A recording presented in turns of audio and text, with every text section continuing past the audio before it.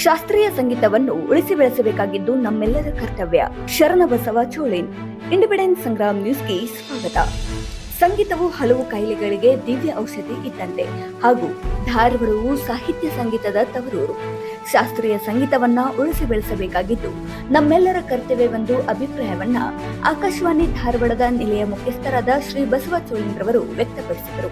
ಅವರು ಧಾರವಾಡದ ರಂಗಾಯಣ ಸಮುಚ್ಚಯದಲ್ಲಿ ನಾವಿಕಾ ರಂಗ ಸಂಸ್ಥೆ ಧಾರವಾಡ ಹಾಗೂ ಕನ್ನಡ ಮತ್ತು ಸಂಸ್ಕೃತಿ ಇಲಾಖೆ ಧಾರವಾಡ ಸಂಯೋಗದಲ್ಲಿ ಗುರು ಪೂರ್ಣಿಮೆ ಸಂಗೀತೋತ್ಸವ ಕಾರ್ಯಕ್ರಮ ಉದ್ಘಾಟಿಸಿ ಮಾತನಾಡಿದರು. ಕನ್ನಡ ಮತ್ತು ಸಂಸ್ಕೃತಿ ಇಲಾಖೆ ಧಾರವಾಡದ ಸಹಾಯಕ ಆಯುಕ್ತರಾದ ಕುಮಾರ್ ಬೆಕ್ಕೇರಿರವರು ಮುಖ್ಯ ಅತಿಥಿಗಳಾಗಿ ಆಗಮಿಸಿ ಮಾತನಾಡಿದರು. ನಿವೃತ್ತ ಡಿವೈಎಸ್ಪಿ ಗಿರೀಶ್ ರಾಯಪ್ಪ ಕಾಂಬ್ಳೆರವರು ಕಾರ್ಯಕ್ರಮದ ಅಧ್ಯಕ್ಷತೆಯನ್ನ ವಹಿಸಿದ್ದರು. ಕಾರ್ಯಕ್ರಮದಲ್ಲಿ ಐಹೊಳೆ ದಂಪತಿಗಳನ್ನ ಶಿಷ್ಯ ವೃಂದದವರು ಸನ್ಮಾನಿಸಿ ಗುರುಕಾಣಿಕೆಯನ್ನ ನೀಡಿದರು. ಯುವ ಗಾಯಕರು ಶಾಸ್ತ್ರೀಯ ಸಂಗೀತದ ದಾಸರ ಪದಗಳನ್ನ ವಚನ ಗಾಯನವನ್ನ ಪ್ರಸ್ತುತಪಡಿಸಿದರು. ಸಭಾ ಕಾರ್ಯಕ್ರಮದ ನಂತರ ಜರುಗಿದ ಸಂಗೀತೋತ್ಸವದಲ್ಲಿ ಡಾಕ್ಟರ್ ಗೋಪಾಲ್ ಕೃಷ್ಣ ಹವಾಲ್ದಾರ್, ಬಸವರಾಜ್ ಚಿಕ್ಕೂರ್, ಶ್ರುತಿ ಖಾನ್, ಗೀತಾ ಆಲೂರ್, ಹರ್ಷ್ ಆಚಾರ್, ವಸುಧಾ ಚಕ್ರವರ್ತಿ, ಆಕಾಶ್ ಗೊಂದಳಿ, ಸುಹೇಲ್ ಶೇಖ್, ಮಹಂತೇಶ್ವರ್ ಮಠಪತಿ, ಸಿದ್ದೇಶ್ ಬ ಅವಟಿ, ಆರೋಹಿ ಐಹೊಳಿ, ಬಿಆರ್ ಕಟಗೇರಿ, ಕುಮಾರಿ ದಿಶಾಸ್ವರ್, ಭಾಗ್ಯಲಕ್ಷ್ಮಿ ಗಣೇಶ್ ಗುಡಿ, ಚಿನ್ಮಯ್ ಗುಳೇದ್ಗುಡ್ಡ, ವಿಎಂ ವದ್ ಗುಳೇದ್ಗುಡ್ಡ ಗಾಯನವನ್ನ ಪ್ರಸ್ತುತಪಡಿಸಿದರು. ತಬಲಾದಲ್ಲಿ ಡಾಕ್ಟರ್ ಅನಿಲ್ ಮೇತ್ರಿ, ಪ್ರಸಾದ್ ಮಡಿವಾಳರ್ ಹಾಗೂ ಸಂವಾದಿನಿಯಲ್ಲಿ ಡಾಕ್ಟರ್ ಪರಶುರಾಮ್ ಕಟ್ಟಿ ಸಾಮುಗಿ, ಪರಮೇಶ್ವರ್ ತೇಲಿ ಸಾಥ್ ನೀಡಿದರು. ಬಸವರಾಜ್ ಚಿಕ್ಕೋರಿ ಕಾರ್ಯಕ್ರಮವನ್ನ ನಿರೂಪಿಸಿದರು. ನಾವಿಕಾ ರಂಗ ಸಂಸ್ಥೆ ಧಾರವಾಡದ ಮುಖ್ಯಸ್ಥರಾದ ಆರ್ತಿ ದೇವಶಿಖಾಮಣಿರವರು ಕಾರ್ಯಕ್ರಮವನ್ನ ವಂದಿಸಿದರು. ಪಂಡಿತ್ ಸದಾಶಿವ್ ಐಹೊಳೆರವರು ಶಿಷ್ಯ ವೃಂದದಿಂದ ಸಂಗೀತೋತ್ಸವ ಕಾರ್ಯಕ್ರಮವನ್ನ ನಡೆಸಲಾಯಿತು. ಈ ಸಂದರ್ಭದಲ್ಲಿ ಶಾಸ್ತ್ರೀಯ ಸಂಗೀತದ ಪ್ರಿಯರು ಮತ್ತು ಇನ್ನಿತರರು ಉಪಸ್ಥಿತರಿದ್ದರು.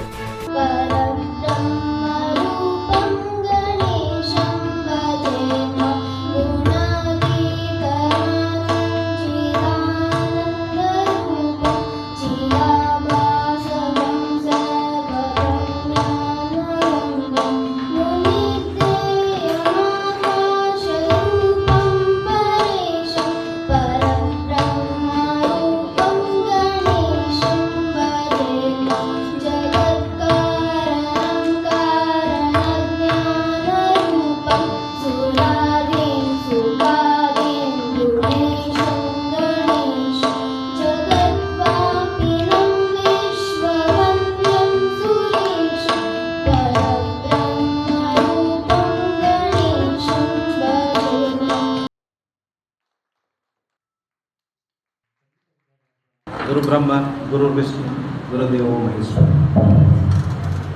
ಗುರು ಸಾಕ್ಷಾತ್ ಪರಬ್ರಹ್ಮ, ತಸ್ಮೈ ಶ್ರೀ ಗುರುವೇ ನಮಃ. ಎಲ್ಲರಿಗೂ ಕೂಡ ಗುರು ಪೂರ್ಣಿಮೆಯ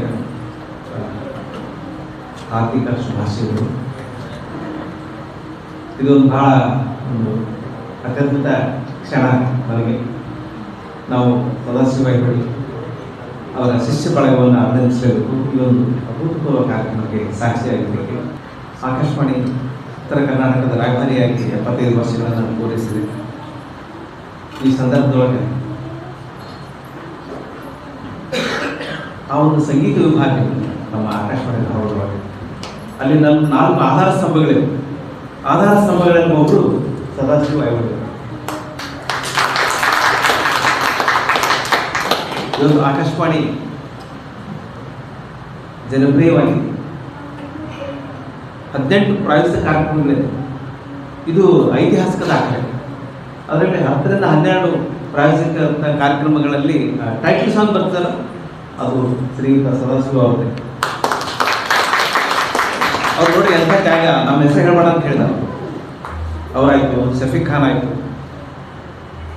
ಪಂಡಿತ್ ಸಾತ್ಲಿಂಗಪ್ಪ ಆಯಿತು, ಆಮೇಲೆ ನನ್ನ ಜೊತೆ ಇತ್ತೀಚೆಗೆ ರಿಟೈರ್ಡ್ ಬಂದಂಥ ಕಬಡ್ಡಿ ಶಂಕರ್ ಕಬಡ್ಡಿಯವರಾಯಿತು. ಅವರು ಬಹಳ ನಿಸ್ವಾರ್ಥವಾಗಿ ಸೇವಾಪರರು.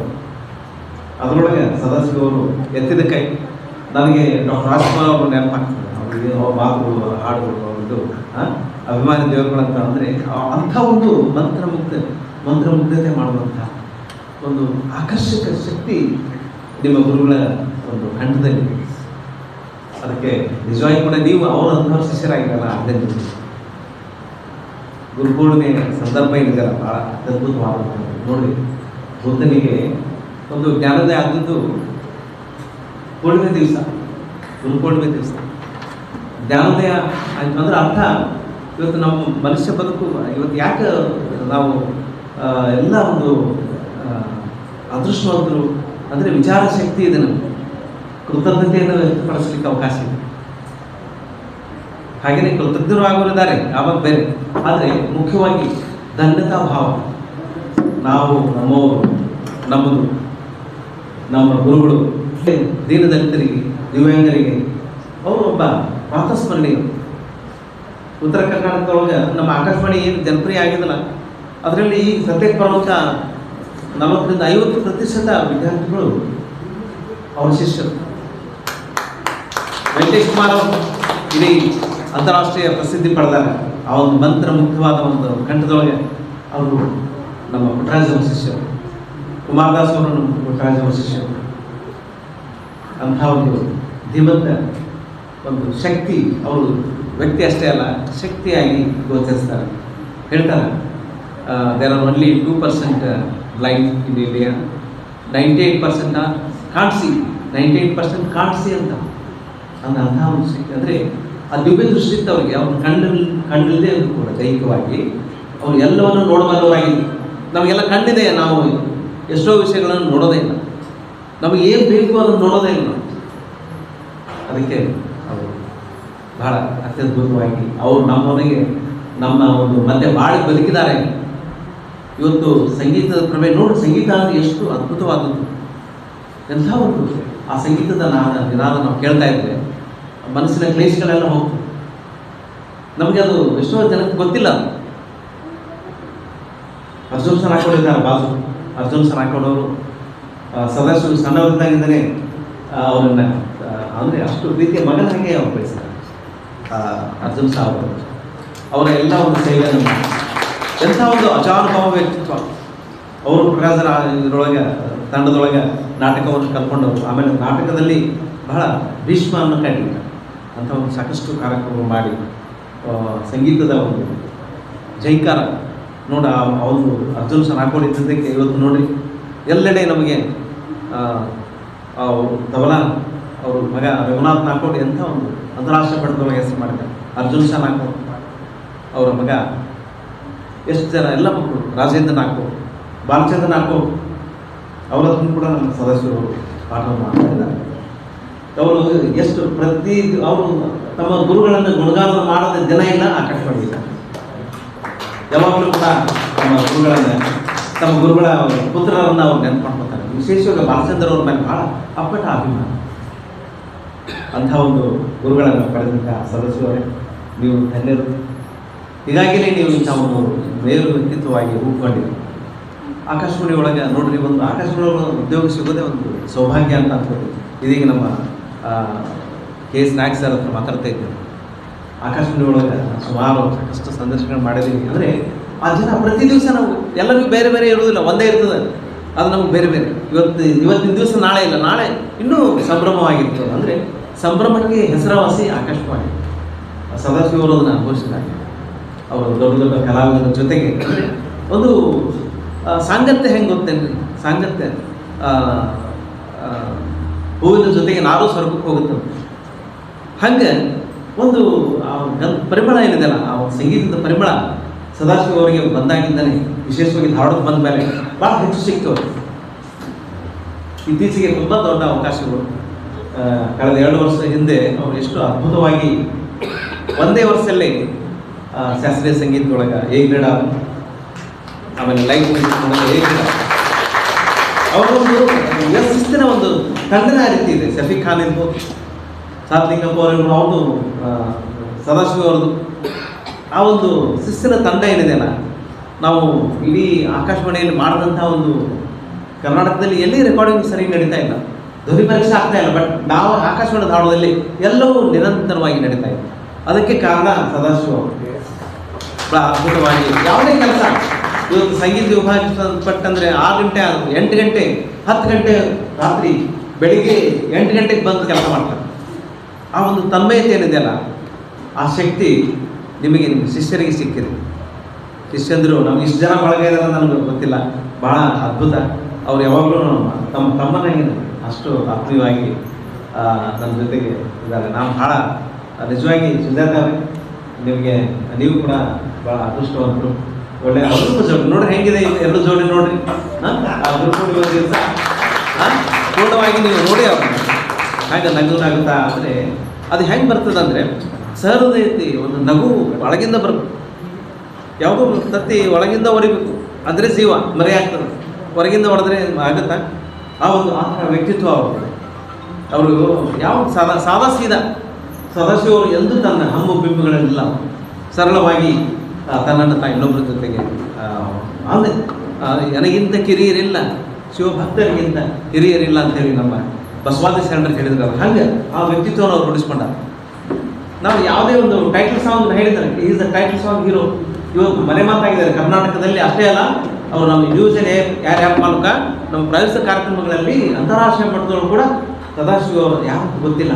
ಎಂಥ ಒಂದು ಇಂಪಾದ ಧ್ವನಿ, ಇಂಥ ಧ್ವನಿ ಕೇಳ್ತಾ ಇದ್ದರೆ ಆ ಕಾರ್ಯಕ್ರಮಕ್ಕೆ ಒಂದು ಮೆರಗನ್ನು ತಂದುಕೊಟ್ಟಿದ್ದೀರಿ ಸದಾಶಿವರೇ. ನಾವು ನಮ್ಮೆಲ್ಲ ಕೇಳಿದ್ರು ಭಾಳ ಖುಷಿ ಆಗ ಈ ಒಂದು ಗುರುಪೂರ್ಣಿಮೆಯ ಕಾರ್ಯಕ್ರಮ ಗುರುಗಳನ್ನು ನೆನೆಸುವಂಥ ಒಂದು ಕಾರ್ಯಕ್ರಮ. ಇದು ಎಂಥ ಅದ್ಭುತವಾದಂಥ ವಿಚಾರ. ಕೃತಜ್ಞತೆ ಅನ್ನೋದು ನಮ್ಮ ಬದುಕಿನೊಳಗೆ ಹಾಸು ಹಕ್ಕಾಗಿರ್ಬೇಕು. ಇವತ್ತು ನಾವು ನಮ್ಮ ತಂದೆ ತಾಯಿಯನ್ನು ಮರಿತಾ ಇದ್ದೀವಿ. ಇವತ್ತು ನೋಡಿರಿ, ಬೆಂಗಳೂರಿನಲ್ಲಿ ಸಾಫ್ಟ್ವೇರ್ ಇಂಜಿನಿಯರ್ಸ್ ಇದ್ದಾರೆ. ಅವ್ರು ಈಗ ಈ ಕಡೆ ಬರೋದೇ ಇಲ್ಲ, ಅವರು ಅಲ್ಲೇ ಇರ್ತಾರೆ. ನಾವು ಬೆಳಿಗ್ಗೆಯಿಂದ ನಾವು ಏನು ಮಾಡ್ತೀವಿ ಗೊತ್ತಾ, ಅವ್ರಿಗೆ ಒಂದನೇದಿಂದ ಅವ್ರಿಗೆ ಇಂಗ್ಲೀಷ್ ಮೀಡಿಯಂ ಕಲಿಸ್ಬಿಡ್ತೀವಿ. ಆಂಗ್ಲ ಮಾಧ್ಯಮ ಅಂದರೆ ಆಂಗ್ಲ ಸಂಸ್ಕೃತಿ ಅದು. ಅಲ್ಲಿರುವಂಥದ್ದೇ ರನ್ ಗೋ ಅವೇ, ಅದೇ ಸಂಸ್ಕೃತಿಯನ್ನು ಬೆಳೆಸ್ತಾ ಇದ್ದೀವಿ. ಆದರೆ ಕನ್ನಡ ಭಾಷೆಯಲ್ಲಿ ಕಲಿತಂಥ ನಾವು ನಮ್ಮ ಜನರೇಷನ್ ಸದಾಶಿವ ಆಯಿತು, ನಾವೆಲ್ಲ ನಮ್ಮ ಕಾಂಬಳೆ ಸರ್ ಇದ್ದಾರೆ, ಅವರು ಬೆಕ್ಕೇರಿ ಸರ್ ಇದ್ದಾರೆ. ಅಂದರೆ ಹೇಗೆ ನಾವು ಅದ್ಭುತವಾದ ಒಂದು ವ್ಯಕ್ತಿತ್ವ ಬರಬೇಕಂದ್ರೆ ನಮ್ಮ ಮಾತೃಭಾಷೆ. ಈಗ ಕೇಂದ್ರ ಸರ್ಕಾರ CBSE ಶಾಲೆಗಳಲ್ಲಿ ಮಾತೃಭಾಷೆಯನ್ನು ಕಡ್ಡಾಯ ಮಾಡ್ತಾರೆ. 2ನೇ ತವರೆಗೆ ಅದು ಮಾತೃಭಾಷೆ ಬೇಕು ಅಂತ. ನಾವು ಬಹುಶಃ ಭಾಳ ನಮ್ಮ ಪಾಲಕರಿಗೆ ಅನಿಸ್ತದೆ, ನಾವು ಇಂಗ್ಲೀಷ್ ಮಾಧ್ಯಮ ಮಕ್ಕಳು ಕಳಿಸಿಲ್ಲ ಅಂದ್ರೆ ಇನ್ನೂ ನಮ್ಗೆ ಅಂತರ ಆಗಿರ್ತಿದ್ರು. ಯಾಕಂದ್ರೆ ಅವರು ಇಂಗ್ಲೀಷ್ ಮಾತಾಡ್ತಾರೆ, ನಮಗೆ ನಮ್ಮ ಭಾವನೆಯನ್ನು ಹೇಳ್ಕೊಳ್ಳೋಕ್ಕೆ ನಾವು ತಯಾರಿದ್ರು, ಅವ್ರು ಕೇಳೋಕ್ಕೆ ಆಗಿಲ್ಲ. ನಾವು ಹಂಗಲ್ಲ, ನಾವೆಲ್ಲ ಬೆಳೆದ ಹೆಂಗೆ ಇವತ್ತು ನನ್ನ ಎಲ್ಲ ಕಾರ್ಯಕ್ರಮಗಳಲ್ಲಿ ನಾನು ಹೆಂಗೆ ಬೆಳೆದು ಬಂದೆ ಅನ್ನೋದನ್ನು, ವಿಶೇಷವಾಗಿ ಸುಬೋಧ ಸಮಾಲೋಚನೆ ಆಗಿರ್ಬೋದು, ಬೇರೆ ಯಾವ್ದು ಸಂದರ್ಶನ ಆಗಿರ್ಬೋದು, ನನ್ನ ಬದುಕಿನ ಬಗೆಯನ್ನು ನಾನು ಹೇಳ್ಕೊಳ್ಳೋಕೆ ನನಗೆ ಅವಕಾಶ ಸಿಗ್ತದೆ. ಅಂದರೆ ಹೆಂಗೆ ಅಂತ ಅಂದರೆ ಅದು ಒಳಗಿನ ವಿಚಾರಗಳೆಲ್ಲ ಹೊರಗೆ ಬಂದಾಗ ನಾವು ನಿರೂಪಣೆ. ನೀವೆಲ್ಲ ಸಂಗೀತಗಾರ ಯಾಕಷ್ಟು ಖುಷಿ ಇರ್ತೀರಿ? ಒಳಗಿಂದ ನೀವು ಅಂದರೆ ಒಳಗಿನ ಹೊರಗೆ ಹಾಕ್ತೀರಿ, ಆ ಜಡತ್ವವನ್ನು ಹೊರಗೆ ಹಾಕಿಬಿಡ್ತೀರಿ. ಆ ಹಾಡಬೇಕಿದ್ರೆ ಒಳಗಿಂದ ನಾಭಿಯಿಂದ ಉಸಿರಾಡ್ತೀವಲ್ಲ. ಯಾವಾಗಲೂ ಹೇಳ್ತಾರೆ ನಮ್ಮ ಇವರು ರಾಜಶೇಖರ್ ಮನ್ಸೂರ್ ಅಂತ ಒಬ್ಬರು ಪ್ರೊಫೆಸರ್, ಫಿಸಿಕ್ಸ್ ಪ್ರೊಫೆಸರ್, ಭಾಳ ಅದ್ಭುತವಾಗಿ ವಿಜ್ಞಾನ ಲೇಖನ ಬರೆದಿದ್ರು. ಅವ್ರು ಅಲ್ಫಾ ಡೈನಮಿಕ್ಸ್ ಅಂತ ಕಂಡು ಹಿಡಿದಾರೆ. ಅಲ್ಫಾ ಡೈನಮಿಕ್ಸ್ ಅಂದ್ರೆ ಏನಂದ್ರೆ ನಾವು ಉಸಿರಾಟದ ಕ್ರಿಯೆ. ನಾವು ಉಸಿರಾಟ ಹೆಂಗೆ ಮಾಡ್ತೀವಿ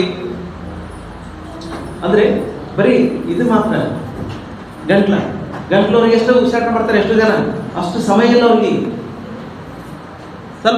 ಇನ್ನೂ ಸ್ವಲ್ಪ ಜನ ಶ್ವಾಸಕೋಶವರಿಗೆ ಎಷ್ಟೋ ಉಸಿರಾಟ ಮಾಡ್ತಾರೆ. ಈ ಹಂಡೆ ಇದೆಯಲ್ಲ, ನಾಭಿ ಹೊಟ್ಟೆ, ಅಲ್ಲಿಂದ ಉಸಿರು ಬರಲಿ. ಅದು ಹಂಗೆ ಬರುತ್ತಾ? ಅದಕ್ಕೆ ಯೋಗ ಮಾಡಬೇಕು, ಇಲ್ಲ ಸಂಗೀತ ಬರಬೇಕು. ಸದಾಶಿವರು ಯಾಕೆ ನಗ್ನಗ್ತಾ ಯಾವಾಗಲೂ ಗುರುಕುಲ ಇರ್ತಾರೆ ಹೇಳಿ? ಅವರು ಬೆಳಿಗ್ಗೆ ಎದ್ದು ರಿಯಾಜ್ ಮಾಡ್ತಾರೆ, ಬೆಳಿಗ್ಗೆ ಎದ್ದು ರಾಗವನ್ನು ರಿಯಾಜ್ ಮಾಡ್ತಾರೆ. ಅದರ ಅರ್ಥ ಅವರು ದೇಹವನ್ನು ತಯಾರು ಮಾಡ್ತಾ ಇದ್ದಾರೆ, ದೇಹವನ್ನು ಆರೋಗ್ಯವನ್ನು ಉಳಿಸ್ಕೊತಾ ಇದ್ದಾರೆ. ನೋಡಿ, ಒಂದಕ್ಕೆ ಎರಡು ಲಾಭ ಇದೆ. ಅವರು ಯುವಕ ಹೆಂಗೆ ಕಾಣ್ತಾ ಇದ್ದಾರೆ ನೋಡಿ. ಯಾಕೆ ಅಂದರೆ ಆ ಸಂಗೀತದ ಸಾಧನೆ, ಆ ಗುರುಗಳ ಸ್ಮರಣೆ. ನೋಡಿ, ನೀವು ಅವ್ರ ಶಿಷ್ಯರಾಗಿರಿ, ಗುರುಗಳ ಸ್ಮರಣೆಯನ್ನು ನೀವು ಮಾಡಿ, ಆಮೇಲೆ ಆ ಸಂಗೀತದ ಧ್ಯಾನವನ್ನು ಖಂಡಿತ ಕೂಡ ನೀವು ನಿಜವಾಗಿ ಅದೃಷ್ಟವಂತರು. ನಿಜವಾಗಿ ಎಷ್ಟೇ ವಯಸ್ಸಿನಲ್ಲಿ ನಾವು ಆರತಿ ದೇವಶಿಖಾಮಣಿ ಭಾಳ ಆತ್ಮೀಯ. ಅವರು ಈಗ ಕಲಿತಾ ಇದ್ದಾರೆ, ನನಗೆ ಭಾಳ ಸಂತೋಷ ಆಯಿತು. ವಯಸ್ಸು ನಿರ್ಬಂಧ ಇಲ್ಲ, ಸಂಗೀತಕ್ಕೆ ವಯಸ್ಸು ನಿರ್ಬಂಧ ಇಲ್ಲ. ನಾನು ಪುರಾಣ ಮಠದ ಕಡೆ ಹೋಗ್ತಿದ್ದೆ ಅವಾಗ, ನಾನು ಕಲ್ತೀನಿ ಸ್ವಲ್ಪ. ಅಂದರೆ ಆ ಸಂಗೀತದ ಒಂದು ಪರಿಮಳ, ಅದ್ರದ್ದು ಹತ್ತಿರನ ಹೋದರೆ ಸಾಕು, ನಾವು ನಮ್ಮ ಜೀವನಪ್ಪ. ಇವತ್ತು ನಾವು ಸಾಕಷ್ಟು ಸಂಗೀತಗಾರ ಜೊತೆಗೆ ಆಗಲೇ ಇಂಟ್ರೂ ಮಾಡ್ತೀವಿ ಅಂದರೆ ಅದು ನಮಗೆ ಒಂದು ಅದ್ಭುತವಾದ ಒಂದು ಶಕ್ತಿಯನ್ನು ಕೊಡ್ತೀವಿ, ಆಂತರಿಕ ಶಕ್ತಿಯನ್ನು ಕೊಡ್ತೀವಿ. ಅಂಥ ಒಂದು ಶಕ್ತಿಯನ್ನು ನೀವು ಸದಾಶಿವರ ನೇತೃತ್ವದೊಳಗೆ ಗಳಿಸ್ತಾ ಇದ್ದೀರಿ. ನಿಮಗೆ ಅಭಿನಂದನೆಗಳು.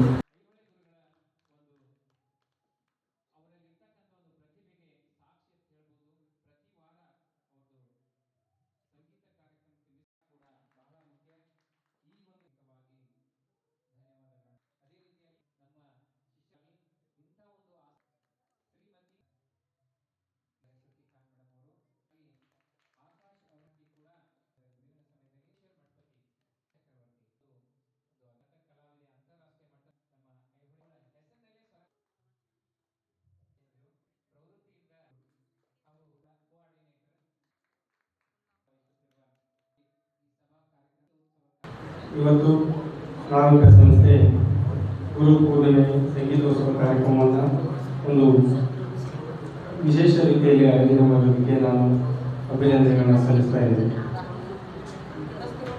ಮಾನ್ಯ ನಮಗೆಲ್ಲ ಗೊತ್ತಿರೋ ಹಾಗೆ ನಮ್ಮಲ್ಲಿ ಸ್ವಯಂ ವಿದ್ಯೆಗಳನ್ನು ಕಲಿತವರು ಭಾಳಷ್ಟು ಜನ ಇದ್ದಾರೆ. ಆದರೆ ಸಂಗೀತದಲ್ಲಿ ಗುರುಗಳಿಲ್ಲದೆ ವಿದ್ಯೆಯನ್ನು ಕಲಿತವರು ಇರುವೆ ಅಂತ ಹೇಳ್ಬೋದು.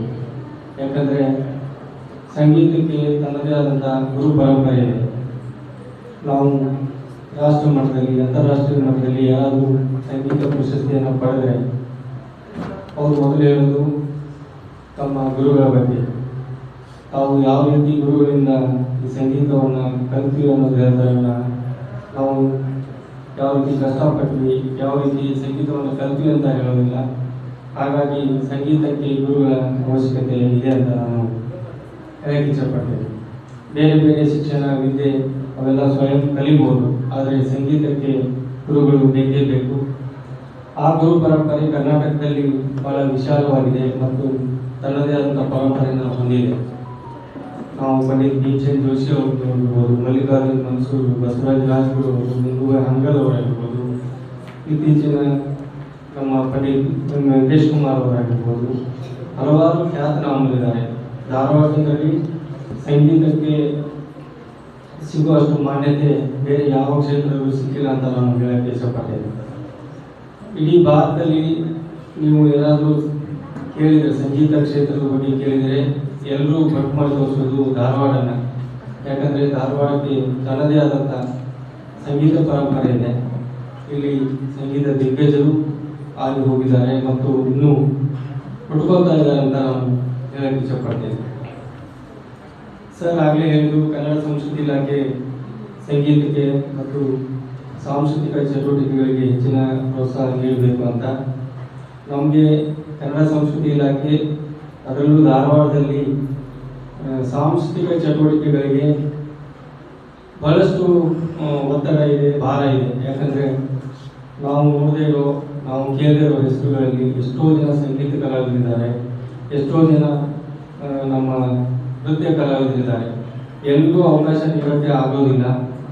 ಅದೇ ರೀತಿ ಈ ರೀತಿಯ ನಾಮಿಕ ಸಂಸ್ಥೆಯವರು ಮತ್ತು ಹಲವಾರು ಸಂಘ ಸಂಸ್ಥೆಗಳಿದ್ದಾರೆ. ಅವರೆಲ್ಲರೂ ಕೂಡ ವೇದಿಕೆಯನ್ನು ಕಲ್ಪಿಸಿ ಕಲಾವಿದರನ್ನ ಬೆಳೆಸಿಕೊಳ್ಳೋ ನಿಟ್ಟಿನಲ್ಲಿ ಸರ್ಕಾರ ಪ್ರತಿ ವರ್ಷ ಸಹಾಯಧನ ಯೋಜನೆಯನ್ನು ಜಾರಿಗೆ ತಂದಿದೆ. ಈ ವರ್ಷ ವಿವಿಧ ಸಂಘ ಸಂಸ್ಥೆಗಳಿಗೆ ಧನಸಹಾಯ ಯೋಜನೆ ಇದೆ.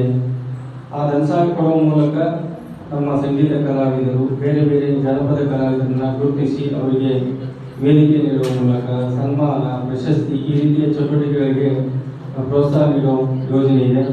ಅದನ್ನು ಸಂಘ ಸಂಸ್ಥೆಗಳು ಮಾಡ್ತಾ ಇದ್ದಾರೆ. ಅದ್ರ ಜೊತೆಗೆ ಆಕಾಶವಾಣಿಯೂ ಕೂಡ ಸಂಗೀತ ಕಲಾವಿದರಿಗೆ ತನ್ನದೇ ಆದಂಥ ಪ್ರಾಮುಖ್ಯತೆಯನ್ನು ನೀಡ್ತಾ ಇದೆ. ಇತ್ತೀಚಿನ ದಿನಗಳಲ್ಲಿ ಕೋವಿಡ್ ನಂತರ ಸಂಗೀತ, ಸಾಹಿತ್ಯ, ಸಾಂಸ್ಕೃತಿಕ ಚಟುವಟಿಕೆಗಳು ಹೆಚ್ಚಿನ ರೀತಿಯಲ್ಲಿ ಧಾರವಾಡದಲ್ಲಿ ಆಗ್ತಾ ಇರೋದು ನಿಜಕ್ಕೂ ಕೂಡ ಶ್ಲಾಘನೀಯ. ಇಡೀ ಕರ್ನಾಟಕದಲ್ಲಿ ಧಾರವಾಡ ಜಿಲ್ಲೆ ಒಂದು ವಿಶೇಷವಾದ ಸ್ಥಾನವನ್ನು ಹೊಂದಿದೆ. ಮೈಸೂರು ಸಾಂಸ್ಕೃತಿಕ ನಗರಿ ಅಂತಾರೆ, ಆದರೆ ಧಾರವಾಡ ಸಾಹಿತ್ಯ, ಶಿಕ್ಷಣ, ನೃತ್ಯ, ಜನಪದಕ್ಕೆ ತನ್ನದೇ ಆದಂಥ ಪ್ರಾಮುಖ್ಯತೆಯನ್ನು ಹೊಂದಿ ಇಡೀ ಭಾರತದಲ್ಲಿ ಒಂದು ಎದ್ದು ಕಾಣುವಂಥ ನಗರ ಅಂತ ಹೇಳ್ಬೋದು, ಜಿಲ್ಲೆ ಅಂತ ಹೇಳ್ಬೋದು.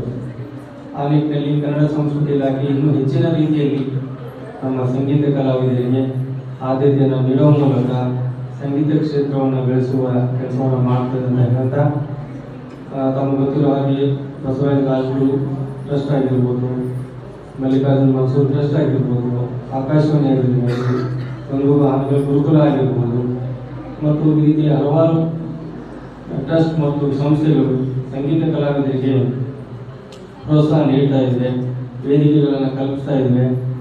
ಅವೆಲ್ಲವೂ ಕೂಡ ಕ್ರಿಯಾಶೀಲವಾಗಿ ಇನ್ನೂ ಮುಂದುವರಿಯಲಿ. ಅದಕ್ಕೆ ಕನ್ನಡ ಸಂಸ್ಕೃತಿ ಇಲಾಖೆ ಯಾವಾಗಲೂ ಕೂಡ ಬೆಂಬಲವಾಗಿ ನಿಲ್ತದೆ ಅಂತ ಹೇಳ್ತಾ, ಅತಿಥಿಗಳಾಗಿ ನನ್ನನ್ನು ಆಹ್ವಾನಿಸಿದ್ದಕ್ಕೆ ನಾನು ಸಂಗೀತ ಪಂಡಿತರು ಎಲ್ಲ ಕುಟುಂಬ ಸಮೇತವಾಗಿ ಜೊತೆಯಲ್ಲಿ ಅವ್ರ ಮಗಳನ್ನ ಈಗ ತಾನೇ ನೋಡಿರಿ. ಈಗ ಸದ್ಯ ನಮ್ಮ ದೇಶ ಅರ್ಥ ಎಲ್ಲ ಇಂಟರ್ನ್ಯಾಷನಲ್ ಮಟ್ಟದಲ್ಲಿ ಸಹಿತ ಒಳ್ಳೆಯ ಖ್ಯಾತಿಯನ್ನು ಪಡೆದಂಥ ಅವ್ರ ಮಗಳು ಸಹಿತ ಇದ್ದಾರೆ. ಎಲ್ಲ ಶಿಷ್ಯರು ಎಲ್ಲ ಸನ್ಮಾನ ನೀವೆಲ್ಲ ಪಡ್ಕೊಂಡಿರಿ. ನೋಡಿದರೆ ಖುಷಿ ಆಗ್ತದೆ. ವಯಸ್ಸಿನ ಇದಿಲ್ಲ ಇಲ್ಲಿ, ಆದರೂ ಸಹಿತ ಒಂದು ಸಂಗೀತ ಎಷ್ಟು ಅದ್ಭುತ ಇದೆ, ಅವಶ್ಯಕ ಅನ್ನೋದ್ರ ಬದಲಾಗಿ ಗುರು ಪೂರ್ಣಿಮೆ ಅಂದರೆ ಬುದ್ಧನ ಹಿಡ್ಕೊಂಡು ಇಲ್ಲಿವರೆಗಿನ ಮುಂದುವರೆದಂಥ ಸಂಸ್ಕೃತಿ ಹೆಸರಾಂತ ಕರ್ನಾಟಕದ ದಿಗ್ಗಜರು ಈಗೆಲ್ಲ ಹೆಸರು ಹೇಳ್ಯಾರ ನಮ್ಮ ಪಂಡಿತರನ್ನ ಅವಶ್ಯಕತೆಯಲ್ಲಿ ನನಗೆ ಮಾತು ಅವ್ರನ್ನ ಉಚ್ಚರಿಸೋದು. ಆದರೆ ಇಂಥ ಒಂದು ಸಂಗೀತ ಸಂಸ್ಕೃತಿಯನ್ನು ಯಥಾವತ್ತಾಗಿ ಉಳಿಸ್ಕೊಂಡು ಬಂದಂಥ ಕೀರ್ತಿ ಸದಾಶಿವ ಐಹೊಳೆ ನಮಗೆ ಪಂಡಿತರಿಗೆ ಸಲ್ತದೆ. ಯಾಕಂದರೆ ಅವರು ಆಕಾಶವಾಣಿ ಎ ಗ್ರೇಡ್ ಕಲಾವಿದರು ಅಷ್ಟೇ ಅಲ್ಲ, ಸಂಗೀತವನ್ನು ಧಾರಾಳವಾಗಿ ಶಿಷ್ಯರಿಗೆ ಒದಗಿಸಿಕೊಡೋದೊಂದು ಭಾಗ್ಯ. ಜಮಖಂಡಿಯಿಂದ ಸದಾಶಿವ ಐಹೊಳೆಯವರ ಪಂಡಿತರ ಕಡೆ ವಾರದಲ್ಲಿ ಒಂದ್ಸಲ ಅವ್ರು ಬರ್ತಾರೆ. ಡಾಕ್ಟರ್ ಆ್ಯಕ್ಚುಲಿ ನೋಡಿ ನೀವು ವೃತ್ತಿ ಅಂತಲೂ ಬಿಡ್ಲಾರ ಕೆಲಸದು. ಈಗ ತಾನೇ ಪೊಲೀಸ್ ಆಫೀಸರ್ ಒಬ್ಬರು ನೀವು ಆಫೀಸರ್ ನೀವು ಸಂಗೀತ ಶಿಷ್ಯರಾದ ನೋಡಿರಿ. ಈಗ ಸಹೋದರಿ ವಯಸ್ಸಿನ ಸದ್ಯ ಅವ್ರಿಗೆ ನೀವು ವಯಸ್ಸು ನೋಡಿದ್ರೆ ಸಂಗೀತಕ್ಕೆ ವಯಸ್ಸಿನ ಕಟ್ಟಿಬಂಧತೆ ಇಲ್ಲ, ಆದರೆ ಆಸಕ್ತಿ ಮುಖ್ಯ.